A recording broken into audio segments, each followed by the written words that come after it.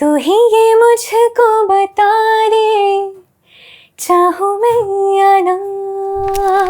अरिजीत भैया and I sang the song. काफ़ी सारे लोगों को ऐसा लगता है कि हम साथ में रिकॉर्ड करते हैं, अब ऐसा नहीं होता। जब मैं रियाज करती हूँ सारे गा मा पा धा नी सा नी धा मा गा रे सा, to practice it in different tones, different volumes, different projection is very important. Somebody who's introduced me to the beauty of vibrato is Himesh ji. He is very, very particular about the way he wants me to sing. मुझको ना जितना मुझ पे उतना इस दिल को तुझ पे.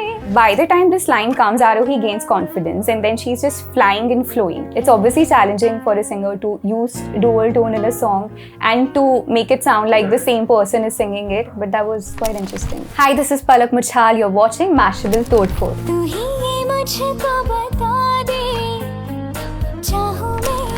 It's very interesting. मैं अपनी एग्जाम्स के बीच आशिकी 2 के गाने रिकॉर्ड कर रही थी and I think I was in 12th. मेरे लिए हर एक गाना उसका जो प्रोसेस होता है वो हमेशा डोमिनेटेड होता है इमोशन से. एंड आशिकी 2 के साथ जुड़ना मेरे लिए बहुत बड़ी बात थी because I was starting off. I had just debuted with Laapata and Ek Tha Tiger. I got a call from Jeet sir कि मैं चाहता हूँ कि तुम आओ और आशिकी 2 के लिए गाना रिकॉर्ड करो. Let's see how it goes. जब भी मैं किसी रिकॉर्डिंग के लिए जाती हूँ, it's very important for me to know about the situation of the song and a little bit of background of the character. जब मुझे आरोही के कैरेक्टर के साथ के बारे में पता चला तो I could relate with the character so much, क्योंकि आरोही के लिए उस सिचुएशन में चाहूँ मैं आना गाना, it was the biggest song for her. It was the biggest song in my career. जब वो गाना रिलीज़ होता है उसे बहुत सारे अवार्ड्स मिल जाते हैं. मुझे भी इस गाने के लिए बहुत सारे अवार्ड्स मिले. So it was almost like singing for my own character. मेरे छोटे छोटे if I speak technically about the song, जो मेरा पार्ट है मेरे छोटे छोटे ख्वाब है. हिंदुस्तानी म्यूज़िक में एक संचारी करके एक टर्म होता है. सो पुराने गानों में आमतौर पर ऐसा होता था कि जो सेकेंड स्टैंजा होता था, स्पेशली जो आर डी बर्मन जी, एस डी बर्मन जी के गाने होते थे, उसमें सेकेंड स्टैंजा की ट्यून अलग होती थी. So after the first music, after the second music, if the tune changes, that particular phrase is called संचारी. For example, चाहूँ मैं आना का जो first stanza है, that is ऐसे कभी पहले हुई ना थी ख्वाहिशें, oh. And the second stanza's tune is मेरे छोटे छोटे ख्वाब हैं, ख्वाबों में गीत है, गीतों में जिंदगी है, चाहत है, प्रीत है.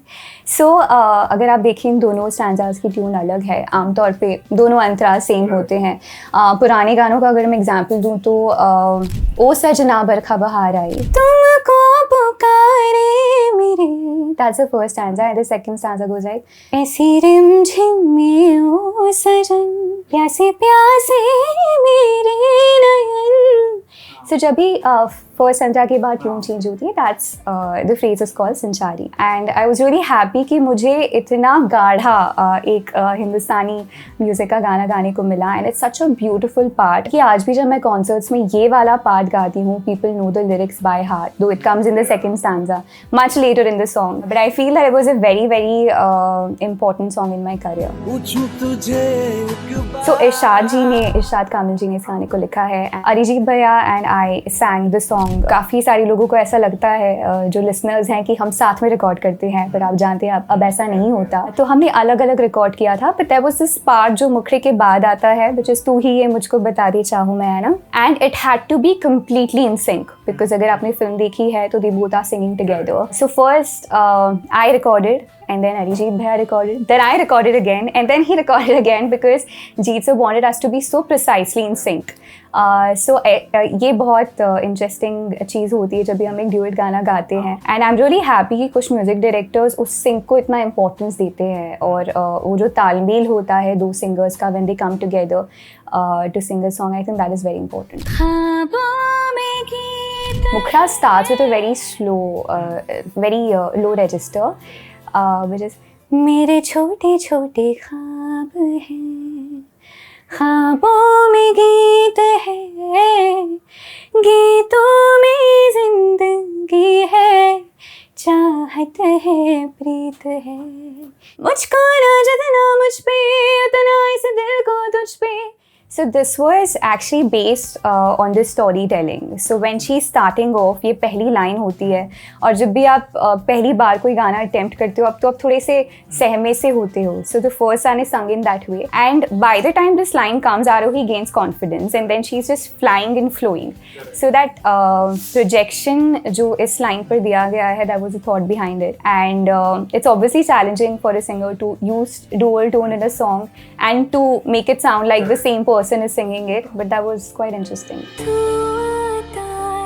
मेरे लिए ये बहुत स्पेशल बात रही है मेरी करियर में, that the music directors I worked with since the beginning, they have made me experiment with my tone and my projection so much, more than tone actually projection. So if you hear my songs like Kaun Tujhe और even Meri Aashiqui I have hardly projected in Mithun sir. He wanted me to literally whisper, but when you hear this song it's a proper rendition, it's a proper volume and register also, but projection बहुत कम था. लेकिन अगर आप प्रेम रतन धन पायो सुने तो it's a full register. Prem Ratan Dhan पायो वो बहुत इंपॉर्टेंट होता है कि आप बैलेंस ना खोएं आप किसी भी टोन में गा रहे हो. तो जब मैं रियाज करती हूँ, for example when we sing सारे गा मा पा धा नी सा सा नी धा पा मा गा रे सा, सारे गा मा पा धा नी सा सा नी धा पा मा गा रे सा, to practice it in different tones, different volumes, different projection is very important. तो अगर आपकी हर प्रोजेक्शन में तैयारी है, तो जब आपसे म्यूज़िक डायरेक्टर बोलते हैं कि अब टोन को थोड़ा सॉफ्ट कर लो, तो आपका रजिस्टर पुख्ता रहेगा. अगर लाउड कर लो तो बिखरेगा नहीं. So that is the technique that I follow. Somebody who's introduced me to the beauty of vibrato is Himesh ji. Himesh ji जब खुद भी गाते हैं, जो उनके vibratos हैं वो इतने precise और इतने calculated होते हैं. He is very very particular about the way he wants me to sing, including vibratos. और उनके म्यूज़िक में vibrato एक बहुत बड़ा साधन है जिसके ज़रिए वो एक्सप्रेस करते हैं. फॉर एग्जाम्पल प्रेम रतन धन पायो जो है, so I was singing it earlier, जो उसका एडलिप है, सुख दुख झूठे धन भी झूठा झूठी मोह माया, he said झूठी मोह माया. And that bit of vibrato makes so much difference emotionally.